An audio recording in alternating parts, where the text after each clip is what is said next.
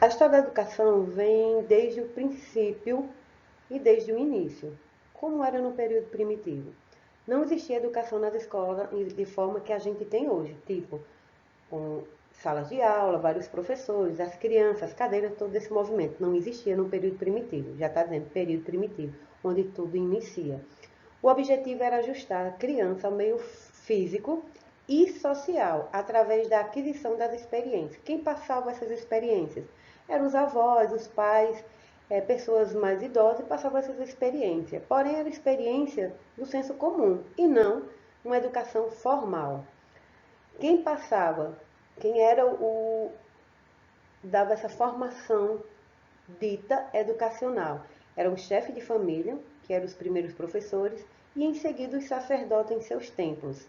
A evolução do do hominídeo, para o homem apresenta as seguintes fases, que é aqui onde a gente se enquadra em determinado tempo, que é o Australopithecus, de 5 milhões a 1 milhão de anos atrás, que é o que eles faziam, o que esses homens, essa sociedade fazia.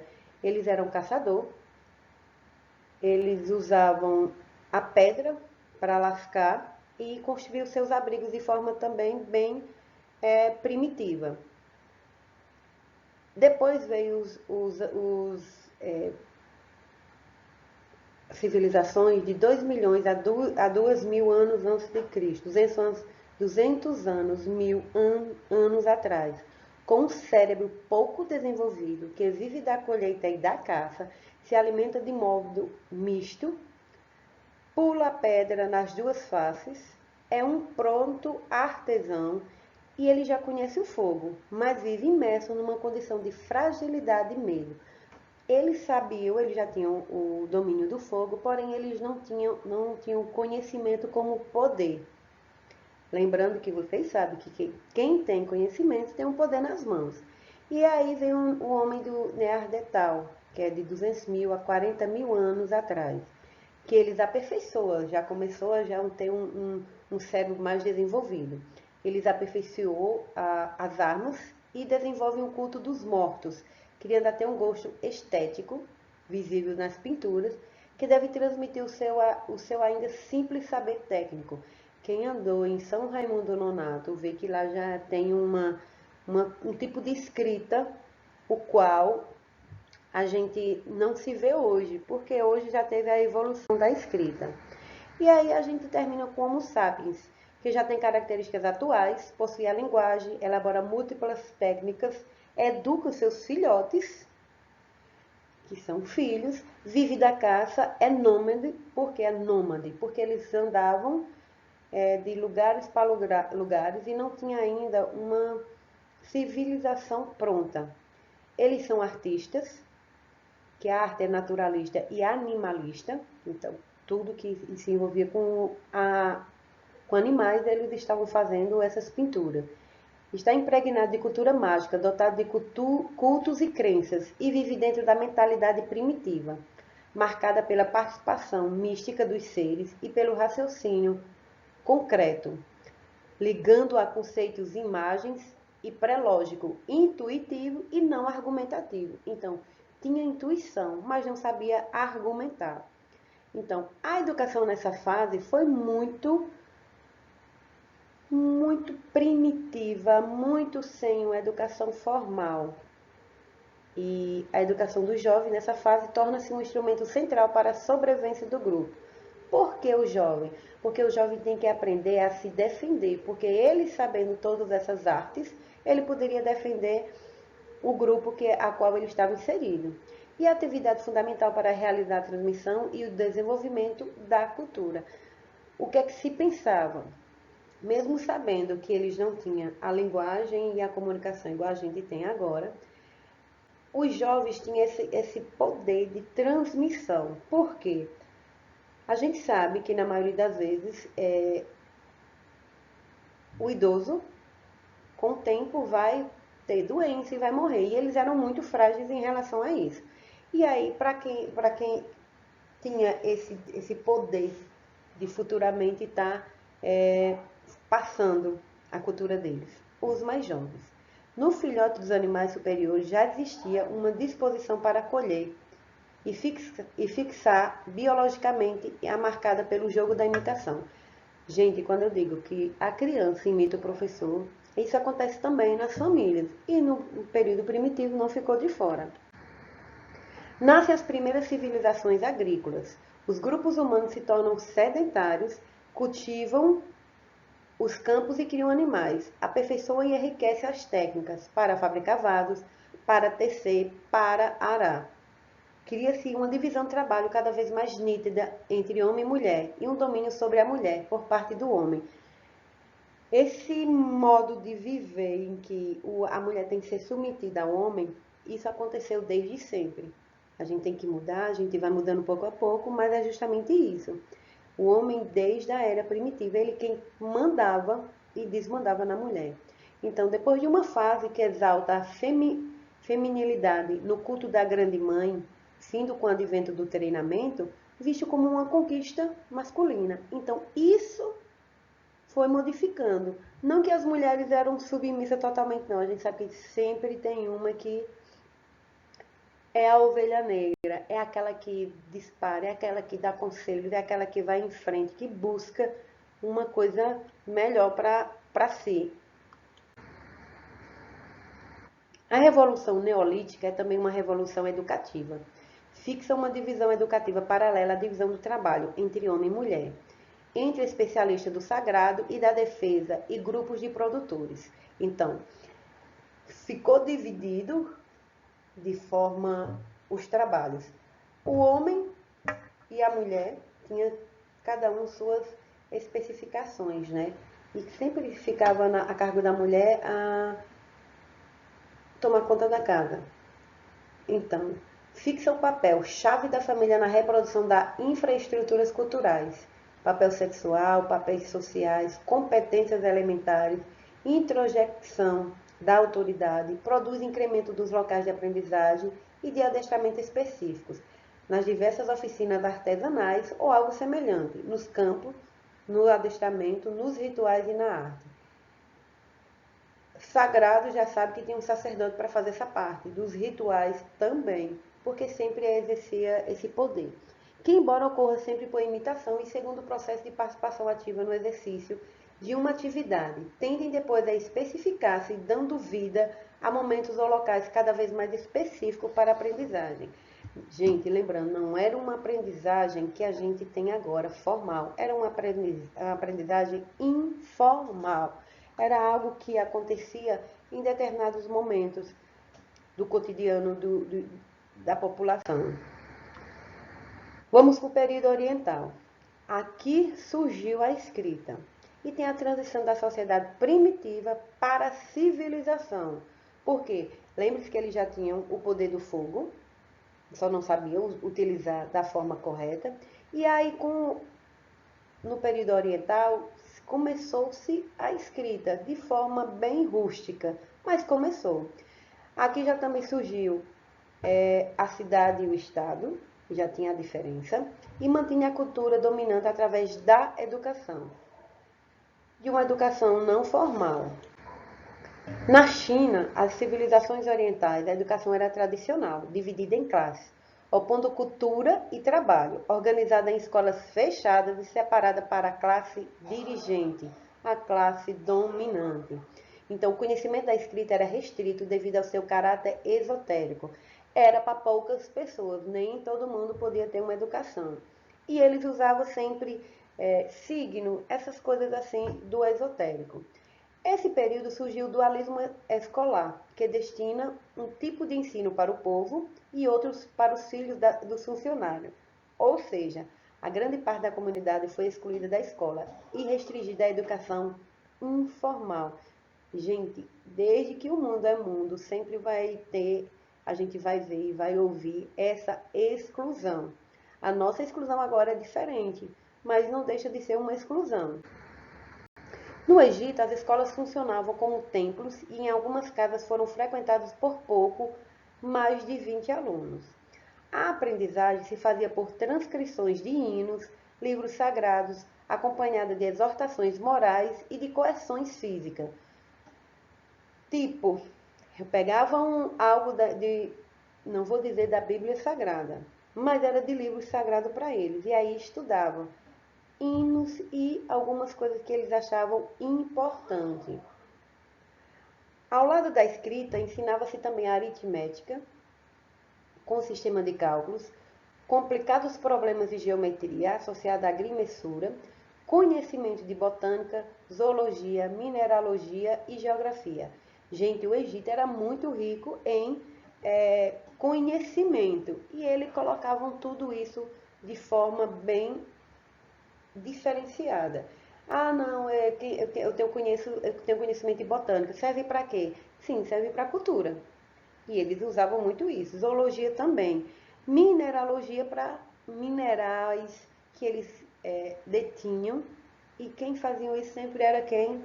A classe pobre, a classe baixa. Então, isso era uma forma deles estarem sempre em exercício. E geografia? Por que geografia? Porque eles dominavam determinados estados, determinados lugares, determinadas sociedades. Então, eles necessitavam ter esse ensino. Na Babilônia, a cultura da poderosa classe sacerdotal destacava-se, bem como a extrema dificuldade que a escrita cuneiforme oferece aos escribas, incumbidos de lei, copiar textos religiosos. Então, na civilização babilônica, tiveram um papel essencial os templos e as técnicas. O templo era o verdadeiro centro social dessa civilização, o lugar onde acontecia tudo, onde o lugar era onde a tradição era passada e onde organizava as competências técnicas. Alguém, tipo, um homem mais forte, ele era condicionado a aprender técnicas de sobrevivência. Quem tinha mais uma facilidade para a cozinha ficava nessa parte. Então era bem dividido em sociedade, porém a educação mesmo não acontecia. E aí a imagem do esotérico, em que eles destacavam cada símbolo, cada ser. Os fenícios, eles eram um povo de origem semita e por volta de 3000 a.C., eles estabeleceram uma estreita faixa de terra com cerca de 35 quilômetros de largura. Preste atenção, lembra que eu falei de geografia? Geografia é justamente isso, estudar quilômetros, países, essas coisas todas.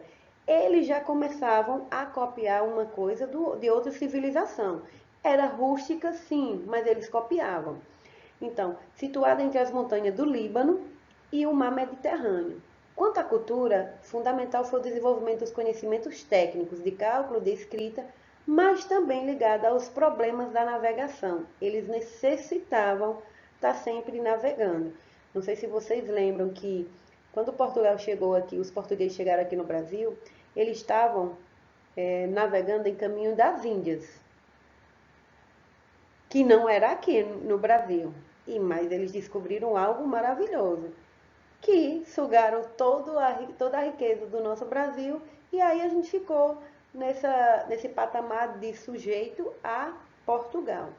Então a descoberta mais significativa do fenício foi o alfabeto, que iniciou-se com 22 consoantes, sem as vogais, do qual deriva o alfabeto grego e depois os europeus, que acontece pela necessidade de simplificar e acelerar a comunicação. Com o alfabeto já se podia ter essa comunicação e poderia também desenvolver outras técnicas.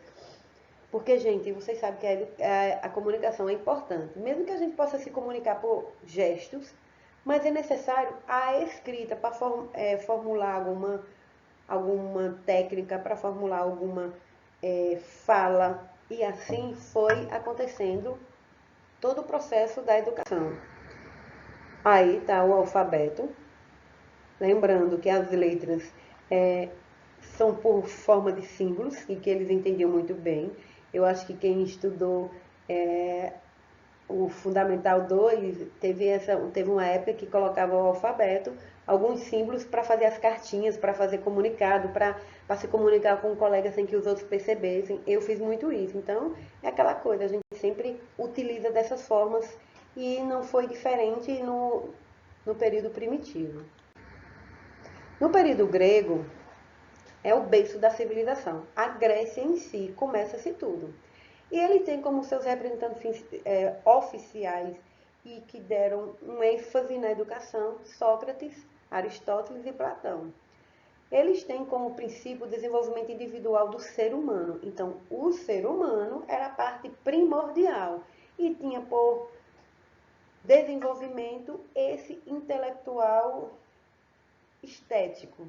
Não intelectual aqui, mas intelectual estético. A preparação para o desenvolvimento intelectual da personalidade e da cidadania. Ideais pautados na liberdade política e moral e no desenvolvimento intelectual. Os gregos foram o berço das civilizações, de todas elas. Todo mundo copiou os gregos, mas infelizmente algumas coisas foram diferenciadas, como o presente de Troia, né? Nesse período, as crianças viviam a primeira infância em família, assistida pelas mulheres e submetida à autoridade do pai, que poderia reconhecê-las ou abandoná-las, que escolhia seu papel social e era seu tutor legal. Como assim o pai poderia reconhecê-la? Então, se o pai percebesse que aquela criança tinha um porte físico, então ele reconhecia como aquele filho que poderia fazer tudo, que estava à frente de tudo. E poderia também abandoná-la. Foi nessa época que a exclusão foi muito massacrada, porque quem tinha um filho com alguma deficiência, ele era jogado no precipício e era morto. Então, as crianças, eles tinham essa coisa muito subjugada ao homem adulto. É tanto que não tinha roupa para a criança. As crianças vestiam as roupas dos adultos e se moldava naquilo dali. Então, a infância não era valorizada em toda a cultura antiga. Era uma idade de passagem, ameaçada por doenças, incerta nos seus sucessos. Sobre ela, portanto, se fazia um mínimo investimento afetivo. O que a gente acha e que a gente sabe e que faz muito efeito nas crianças é essa afetividade. E assim, os pais não tinham essa afetividade, as crianças eram jogadas, eram submetidas a nada, e eles ficavam ali, eram adultos em miniaturas. Aqui é o alfabeto grego, em que tem todo um processo de aprendizagem. Eles lá podem até usar isso, mas a gente não vai entender nunca isso. Esparta e Atenas, elas deram vida a dois ideais de educação. Um baseado no conformismo e no estatismo, outro na concepção de paideia, de formação humana livre e nutrida de experiências diversas, sociais, e alimentaram durante séculos o debate pedagógico. Professora, o que era o debate pedagógico nessa época? Nessa época, eles achavam que a criança tinha que ter um lugar para eles estudarem, para eles terem uma pessoa em que pudessem instruir elas. Então, sublinhado a riqueza e fecundidade, ora de um, ora de outro modelo. Então, foi esses dois modelos que deram início ao que a gente tem hoje. E quem iniciou foi Esparta e Atenas, Grécia, como sempre. O que era a paideia? Como se deu seu nascimento? Então, para além de formar o homem, a educação deve ainda formar o cidadão. É isso que a gente faz todos os dias. É isso que a gente quer com os nossos alunos. Que eles não sejam apenas educados, mas que eles possam ter criticidade em diversos assuntos. E aí sim eles seriam cidadãos. A antiga educação era baseada na ginástica, na música e na gramática, deixa de ser suficiente. Então surge então o modelo ideal da educação grega, que aparece como paideia, que tem como objetivo geral construir o homem como homem e cidadão. E Platão define paideia da seguinte maneira: para ele, a essência de toda a verdadeira educação, ou paideia, é a que dá ao homem o desejo e a ânsia de se tornar um cidadão perfeito, e ensinar a mandar e a obedecer, tendo a justiça como fundamento. Começam aqui os valores morais. E Platão, ele era muito à frente do seu tempo. Por quê? Porque ele já achava e ele defendia que o ser humano, o homem, o indivíduo, deveria ter princípios éticos.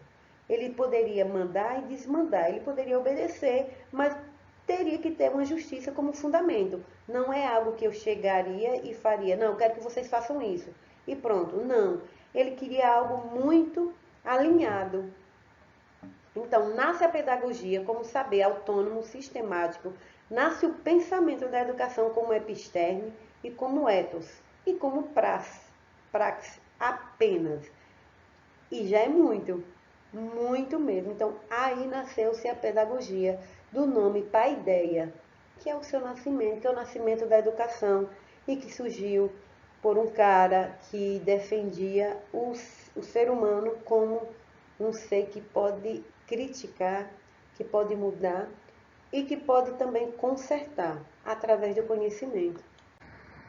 Então, paideia nas suas origens, na sua acepção comum, indica o tipo de formação da criança, mais idôneo a fazê-lo crescer e tornar-se homem. Assume pouco a pouco nos filósofos o significado de formação, de perfeição espiritual, ou seja, de formação do homem no seu mais alto valor. Portanto, podemos dizer que a paideia, entendida ao modo grego, é a formação da perfeição humana. Gente, a gente sabe que homem nenhum, ser humano nenhum, indivíduo nenhum é perfeito. Mas naquela época, o qual se tinha muito pouco, para os filósofos isso era importante. Então, episteme é o quê? É o conhecimento verdadeiro de natureza científica em oposição à opinião infundada ou irrefletida. Etnos é o conjunto dos costumes e hábitos fundamentais no âmbito do comportamento e da cultura, característico de uma determinada época ou região. E praxe é prática, é tudo que a gente coloca em prática. Não adianta ter uma educação de qualidade se ela não é colocada em prática. E como ela é colocada é quando a gente coloca o nosso aluno a ser um ser crítico de assuntos, seja eles quais forem, principalmente na política, na religião e na sociedade, porque aí ele vai estar tendo o poder de modificar, de transformar uma sociedade, porque ele está sendo um cidadão crítico. E é isso que a gente quer. E a gente coloca sempre isso, né? Então, helenismo e a educação. O que é isso? Então, trata-se de uma época em que se delenia uma cultura cada vez mais científica, mais especializada,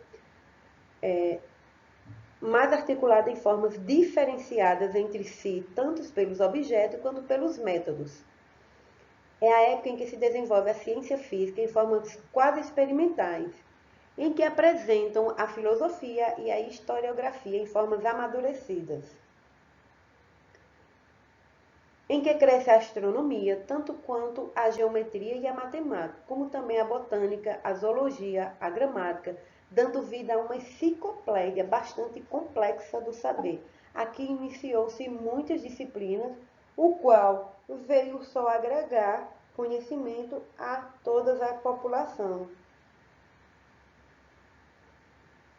Então, a paideia, no período helenístico, pode ser compreendida como uma orientação de vida, ou seja, apresentava-se como um conjunto de orientações seguras que indicavam o caminho da felicidade.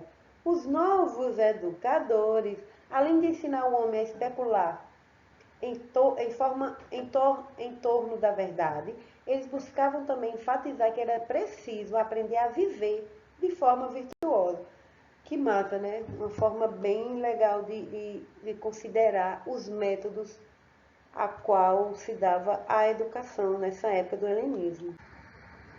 No período romano não existia democratização.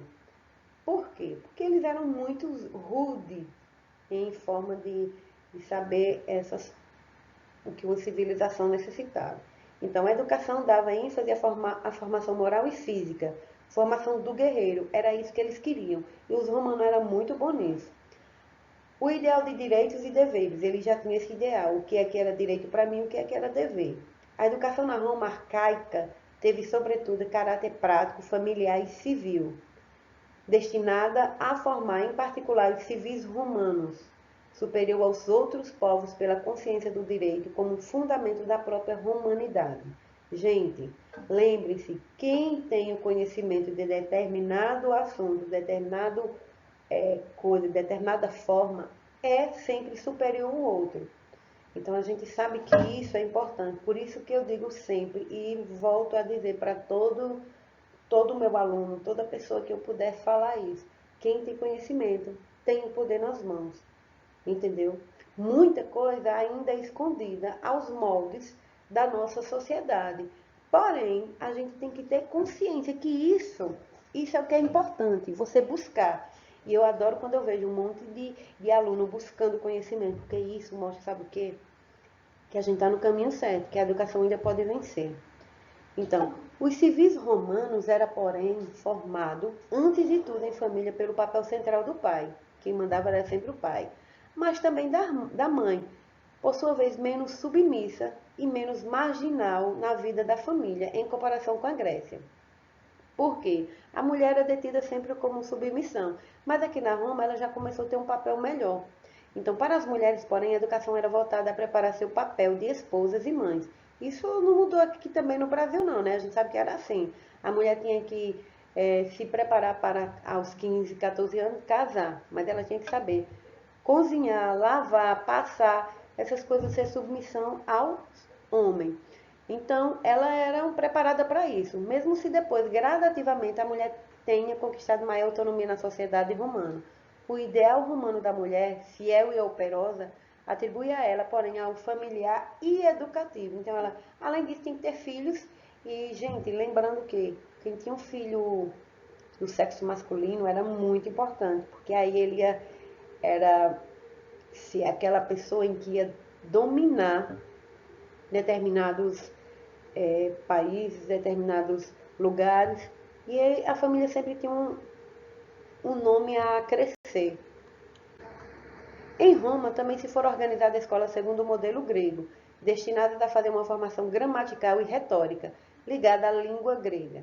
Só no século I a.C. é que foi fundada uma escola de retórica latina, que reconhecia total dignidade à literatura e à língua dos romanos.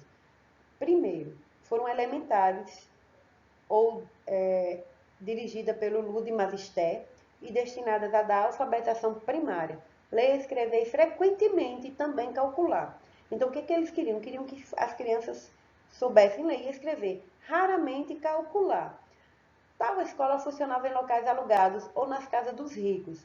As crianças dirigiam-se para lá acompanhadas dos seus paidagogos.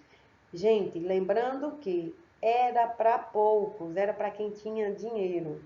Então, as secundárias ou de gramática, nas quais se aprendia a cultura nas suas diversas formas, desde a música até a geometria, a astronomia, a literatura e a oratória, embora predominasse também o ensino da sua forma gramatical e filosófica, exercida sobre os textos latinos. Presta atenção. O que a gente tem hoje de educação básica é também uma conquista.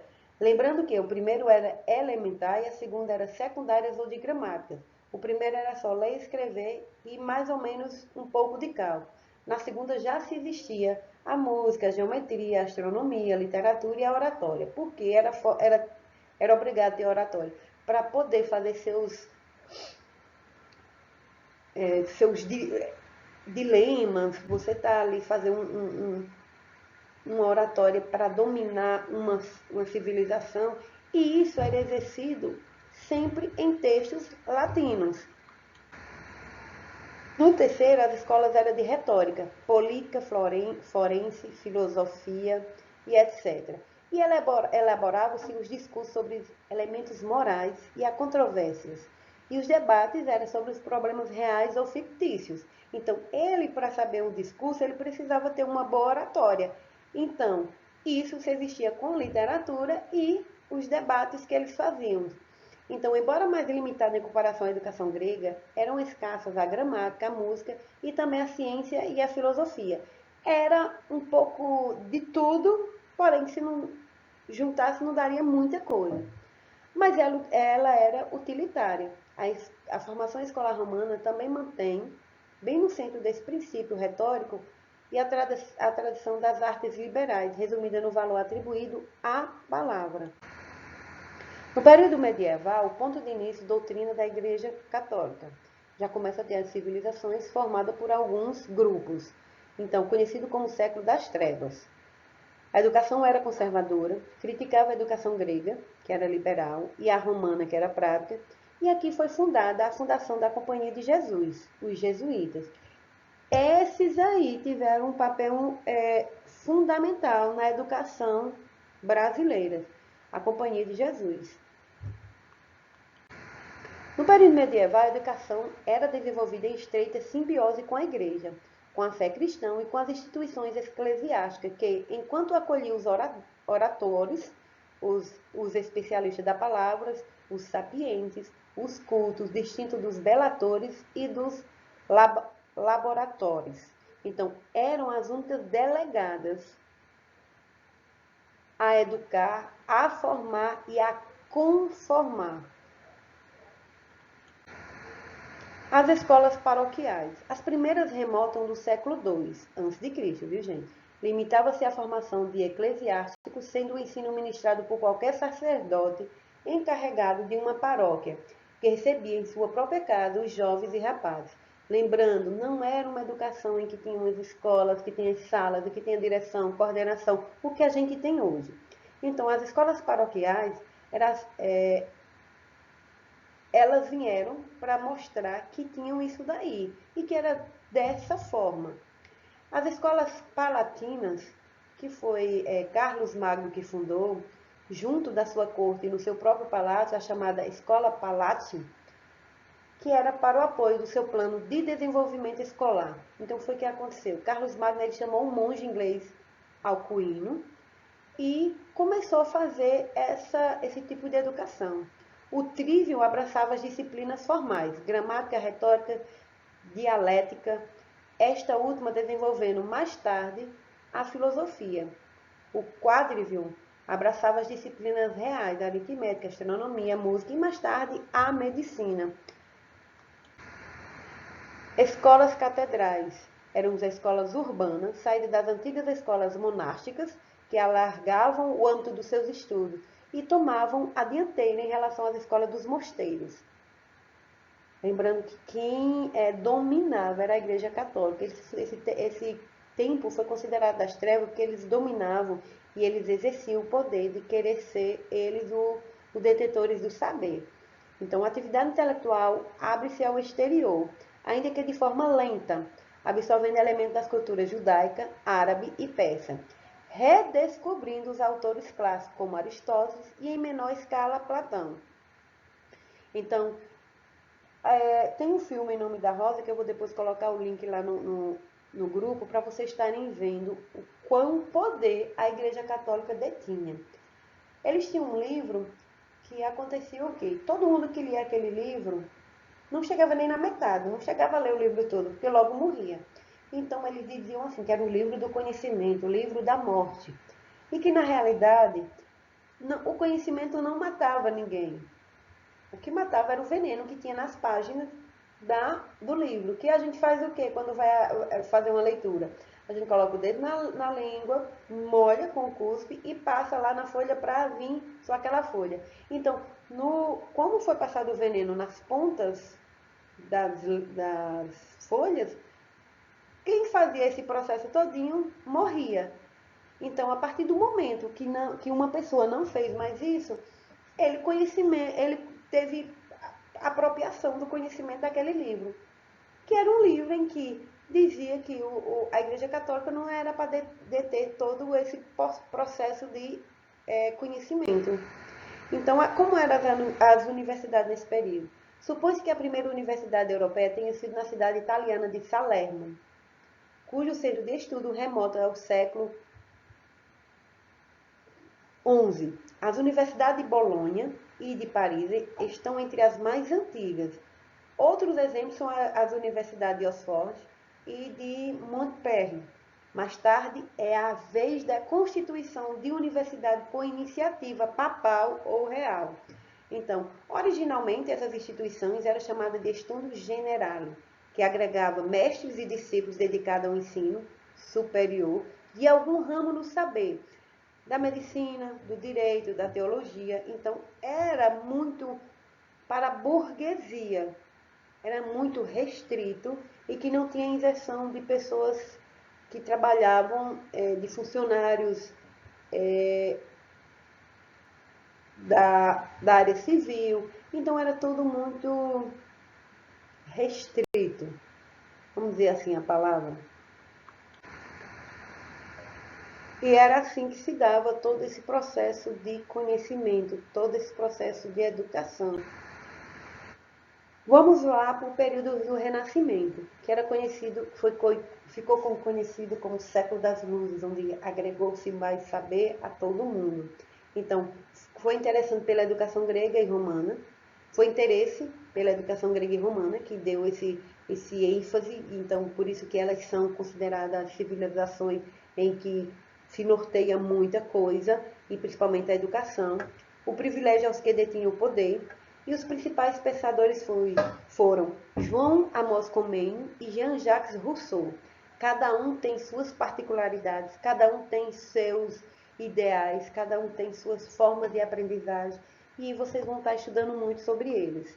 Comênio, na realidade, ele é o pai da didática, e Jean-Jacques Rousseau, ele é um cara em que atribui muito conhecimento na educação infantil, e ele traz muita coisa para o nosso mundo, para os professores entenderem o que como se dá o processo de desenvolvimento de uma criança.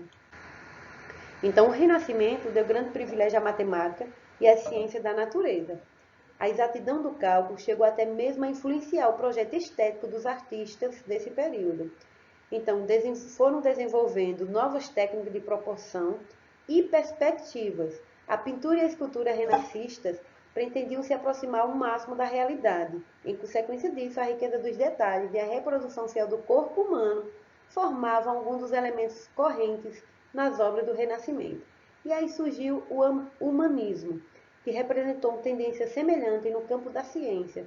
O Renascimento confrontou importantes conceitos elaborados pelo pensamento medieval. Então, surge também, portanto, aí algo novo, em que a gente sabe que tudo tem um começo e tudo tem um fim. E quem era que dominava a pintura no Renascimento? Eles são sempre reconhecidos e são sempre aplaudidos. Por quê? Porque aí se inicia o movimento artístico em que tem a Mona Lisa, em que foi feito todo um processo de arte e cultura nesse movimento. Então, o renascimento cultural estende-se uma atmosfera de efervescência artística e intelectual, de caráter urbano, que se fez presente na Europa, sobretudo na Península Itálica, que é a atual Itália, e nos Países Baixos, que é a atual Holanda. Então, essas regiões, eles detinham esse poder em relação às obras, às esculturas, às pinturas. E ele, como todo o processo de movimento, se dá para uma passagem da Idade Média para a moderna. O humanismo é um movimento filosófico surgido no século XV, dentro das transformações culturais, sociais, políticas, religiosas e econômicas desencadeadas pelo Renascimento. Então, foi um período em que teve transformação no mundo. E assim, mesmo de forma lenta, chegou aqui ao Brasil. Período moderno surge no século XVII. É a separação entre a Igreja Católica e o Estado. Os principais pensadores são Pestalozzi, Herbart e Froebel. Foi dada a consolidação da burguesia. Então, vocês vão ver mais tarde que Pestalozzi foi um ser esplendoroso no que ele fazia. E ele fazia com muita propriedade. Ele fazia uma propriedade tão grande que ele foi considerado um pedagogista suíço e educador pioneiro da forma educacional. Ele era suíço, mas a teoria dele dizia que a educação, que o princípio era de uma educação integral e não se limitava à absorção de informações. Segundo ele, o processo educativo deveria englobar 3 dimensões humanas, identificada com a cabeça, a mão e o coração. E ele dizia mais que a educação tinha que ter amor. Um amor em que a gente sabe que tem que existir, porque se você não tiver amor à educação, você não vai conseguir estar transformando crianças em seres críticos e que possam estar modificando o seu contexto. Então, duas instituições educativas em particular sofreram uma profunda redefinição e reorganização na modernidade, a família e a escola, que se tornaram cada vez mais centrais na experiência formativa dos indivíduos e na própria reprodução cultural, ideológica e profissional de uma sociedade. Então, aqui deu-se início ao que a gente tem hoje, a família e a escola. Por quê? Porque uma tem que estar interligada na outra. Uma não consegue ser modificada, ser transformada se a outra não tiver em acordo. Tem que andar sempre junto, sempre de mãos dadas, sempre interligadas, que é o que a gente sofre muito e vocês sabem como professores em sala de aula que isso é essencial. Enfim, a escola ritualizava o momento do exame atribuindo-lhe o papel crucial no trabalho escolar. O exame era o momento em que o sujeito era submetido ao controle máximo, mas de modo impessoal, mediante o controle do seu saber. Na realidade, o exame agia, sobretudo, como instrumento disciplinar, de controle do sujeito, como instrumento de conformação. Então, gente, vocês podem até não saber, mas se vocês fizerem uma perguntinha aos pais de vocês, não os novinhos, lógico, mas assim, aos avós de vocês, como era a educação na época deles, eles vão estar falando de uma forma que vocês vão dizer assim, não acontecia isso. E sempre acontecia dessa forma. Mas eu não vou falar muito porque as apresentações vão ser daqui de em cima disso, então eu não vou estar falando muito aqui. Vamos lá, a gente já falou da Grécia, da Itália, como se deu as primeiras universidades, mas vamos voltar aqui para o nosso Brasil. Como se deu a nossa educação. Não a que a gente tem hoje, que ainda pode melhorar, lógico, como pode, como deve melhorar. Então, o Brasil, no início da colonização e da catequese. Lembra que eu falei que os portugueses chegaram aqui achando que ia ser tudo fácil, e ali eles também puderam exercer o seu papel de catequese, porque quem dominava era a Igreja Católica. Então, a atividade missionária facilita sobremaneira a dominação metropolitana e nessa circunstância a educação assume o papel de agente colonizador. Idade moderna, a pedagogia realista. De maneira geral, as escolas continuam ministrando um ensino conservador, predominantemente nas mãos dos jesuítas. Começou-se pela Companhia de Jesus. E eles queriam, na realidade, catequizar. Então, além disso, é preciso reconhecer estar nascendo a escola tradicional, como passaremos a conhecer a partir do século XIX.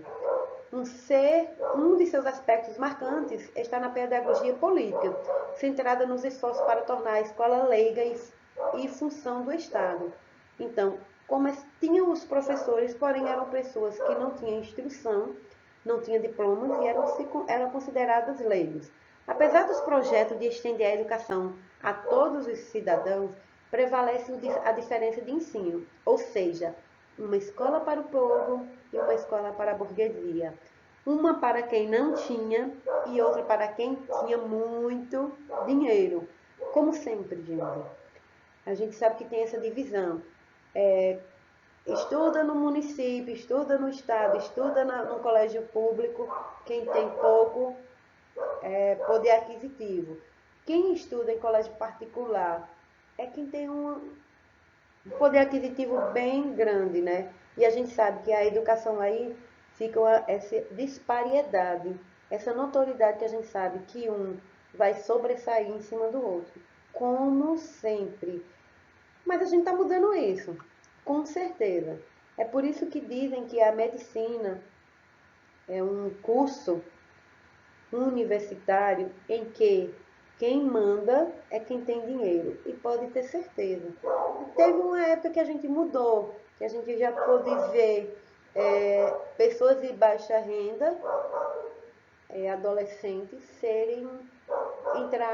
adentrarem, jogarem sua cara a tapa mesmo numa universidade que era só de filhinhos de papai, de uma burguesia medíocre que se instalou no nosso mundo, no nosso Brasil, sobretudo, né? Então, o Brasil, a educação do Império, como se dava? Ainda não há propriamente o que poderia ser chamada de uma pedagogia brasileira, de uma educação brasileira. Era uma atuação irregular, fragmentada e quase nunca com resultado satisfatório. O golpe de misericórdia que prejudicou de uma vez a educação brasileira vem de uma emenda chamada Constituição, em que tinha o ato adicional de 1834, bem velho.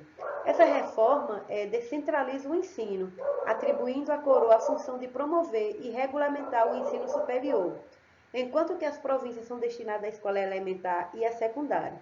A educação da elite fica a cargo do poder central e a do povo confinada às províncias. Estava iniciando agora as províncias, então eles não tinham muito dinheiro e nem um fundo para fazer com que a educação que era destinada ao pobre e ao povo que era trabalhador pudesse ser uma educação elementar. Então, no século XX, a educação muda e ela vem democratizar. A pedagogia do século XX, além de ser tributária da psicologia, da sociologia e de outras, como a economia, a linguística, a antropologia, tem acentuado a exigência que vem desde a Idade Moderna, qual seja a inclusão da cultura científica como parte do conteúdo a ser ensinado. Gente, lembrando que a ciência, ela traz muito benefício para uma sociedade. A sociedade que é voltada com pesquisas para a ciência, ela tende a ter um poder dominante entre todas as sociedades. Porque quem tem esse poder, quem detém esse poder, eles podem fazer tudo e mais um pouco. A gente tira pela China em relação aos produtos chineses. Então, eles têm esse poder e eles é muito rico. É por isso que existe a rivalidade entre a China e os Estados Unidos. Por quê? Cada um quer ter o poder maior para dominar as outras sociedades. A gente vê isso na guerra da Ucrânia. A Rússia tem um poder de fogo muito maior que a Ucrânia, mas tem alguns países que estão ajudando a Ucrânia, porque mais tarde eles vão ter algo em troca. Nada, gente, nada que se passa entre as sociedades, entre os países, é algo que eu estou fazendo por amor. Ah, não, estou fazendo por solidariedade. Não. Se vocês acham que a guerra da Ucrânia e da Rússia estão num patamar de que só eles dois têm que disputar territórios, não é isso. É porque quem está ajudando a Ucrânia não pensa na população que é a mais sofrida. E vice-versa na Rússia também. O pensamento é muito arcaico em relação a querer ter poder e dominar determinadas civilizações. O ser humano em si, mesmo lento, não aprendeu o quão é ruim a guerra, o quão a guerra traz de prejuízo para uma sociedade, para uma civilização. E isso a gente sabe que tem poderes que podem ser cedidos às civilizações mais, vamos dizer assim, os Estados Unidos. Ele precisa desse poder, ele precisa dominar a Ucrânia em determinado momento. E se dominam, e vocês sabem, lá tem todo um estudo com as armas nucleares. E para os Estados Unidos isso é um ponto de partida para ter poder, para dominar toda uma civilização. Então, aí a gente vem para o Brasil e traz algumas tendências. Gente, lembrando que quando o Dom Pedro chegou ao Brasil, ele veio fugido de Portugal e ele não podia ficar lá. Não foi porque ele veio para fazer o Brasil prosperar. Não, ele foi obrigado a vir para o Brasil. E aí, nessa educação que eles trouxeram, nesses povos que eles trouxeram, além do pequeno leque de pessoas instruídas, eles trouxeram também alguns para a colonização do Brasil, pessoas que eram idôneas, pessoas que eram julgadas e jogadas na prisão. E aí se deu-se esse processo de colonização aqui no Brasil.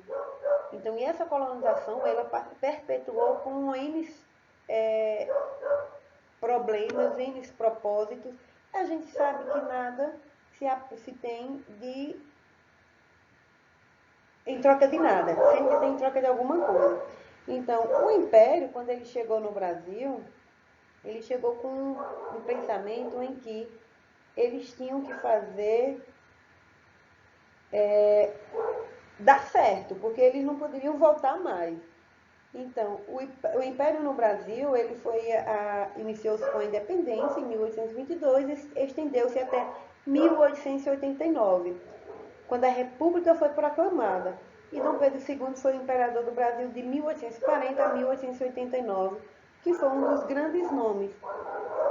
Não foi totalmente ruim, porém, ele teve a sua forma de dominar nosso Brasil e na educação ele deixou muito a desejar. E assim a gente foi a passos lentos para uma educação que a gente tem hoje. Então, é uma forma de se estabelecer com diversas pessoas, com diversos historiadores que vieram simplesmente para fazer a melhoria na educação educacional. Foi criado um país, criado no país chamado Método de Ensino Mútuo, então, no qual o aluno já treinado, ensinava a grupos de até 10 alunos, sobre a vigilância de um inspetor, de um professor inspetor. Então, a educação era baseada dessa forma. E de certa forma, existe até os dias atuais como a devidas adaptações, sendo conhecimento na atualidade como sistema de monitoria. Então, foi avançando. Em 1837 foi criado no Rio de Janeiro o Colégio Pedro II, que ainda existe lá, que se tornava do modelo de ensino para o nível secundário em todo o país. No entanto, até o final do Império, esta escola não conseguiu se organizar de forma efetiva para se tornar a referência educacional no Brasil. Então, assim, em 1889, com o fim do período imperial no Brasil, apesar de propostas interessantes, não havia surgido nada de concreto na educação brasileira. Então, foi um período de aprendizado, mas um aprendizado muito falho, um aprendizado muito rústico, uma aprendizagem que não era de forma a das melhores. E o sistema educacional brasileiro é regulamentado pela Constituição Federal de 1988 e pela Lei de Diretrizes e Bases Nacional, LDB, instituída na Lei 9394/96. Então, é a partir delas que o governo mantém programas educacionais pensados a partir de uma base nacional, que hoje nós temos a nossa BNCC. Então, a educação infantil era para crianças de 0 a 3 anos, ficou organizada dessa forma. Para a criança de 0 a 3 anos, quem tem que manter ela é o município. O ensino fundamental, de 6 a 14 anos, e o ensino médio, de 15 a 17 anos. A gente sabe que isso aí vai de acordo com a aprendizagem das crianças. E aí a gente vem a distribuir por tendências pedagógicas brasileiras, que foram destacadas em duas. As tendências liberais, que é traduzida em a tradicional, a renovada progressista, a renovada não é diretiva, que é a escola nova, e a tecnicista. E a tendência progressista, que é a libertadora, libertária e a crítica social, que vocês vão estar vendo isso sempre na pedagogia, porque é algo importante, é preciso vocês saberem quais são essas tendências, sem contar que isso sempre cai em concurso, gente. Então, a classificação das tendências de acordo com Saviano, 2009, ele diz o seguinte: as teorias não críticas, que é a pedagogia tradicional, a pedagogia nova e a pedagogia tecnicista, elas se sobressaíram. Gente, a pedagogia tradicional é aquela que a gente tem teve há tempos atrás, em que o professor detinha o poder. A pedagogia nova veio com a escola nova, em que começou a modificar. E a pedagogia tecnicista é o que a gente tem nos cursos técnicos de antigamente. Agora não, modificou-se. A pedagogia tecnicista era aquela que ela instruía o, o adolescente ou o jovem para o trabalho. Eles tinham que ter uma profissão. Então, essa forma de pedagogia, ela ficou muito sobressaída aos outros, porque elas eram necessárias ter muita, aquela coisa, pessoas que queriam só para ter um emprego mais tarde. Então, as teorias críticas reprodutivas, elas visavam o quê? A violência simbólica, o aparelho ideológico e a escola dualista. As críticas, ela era libertária, ela era libertadora, e ela era uma pedagogia histórico-crítica, porque vem dizer que a gente tem que ter uma criticidade em determinados temas, em determinados assuntos, e a gente tem que saber discursar de acordo com isso. Mas, porém, a gente não pode brigar com e discutir determinados assuntos, tipo, religião não se discute. Religião se sente, cada um tem a sua religião, cada um se sente melhor em determinada igreja, e aí ninguém pode mudar o pensamento do outro. Política também a gente não pode, nesse momento é que a gente não pode mesmo, porque as pessoas têm um ódio e um amor excessivo a partidos, a pessoas. E a gente só tem que ter esse amor, gente, a Deus, só isso.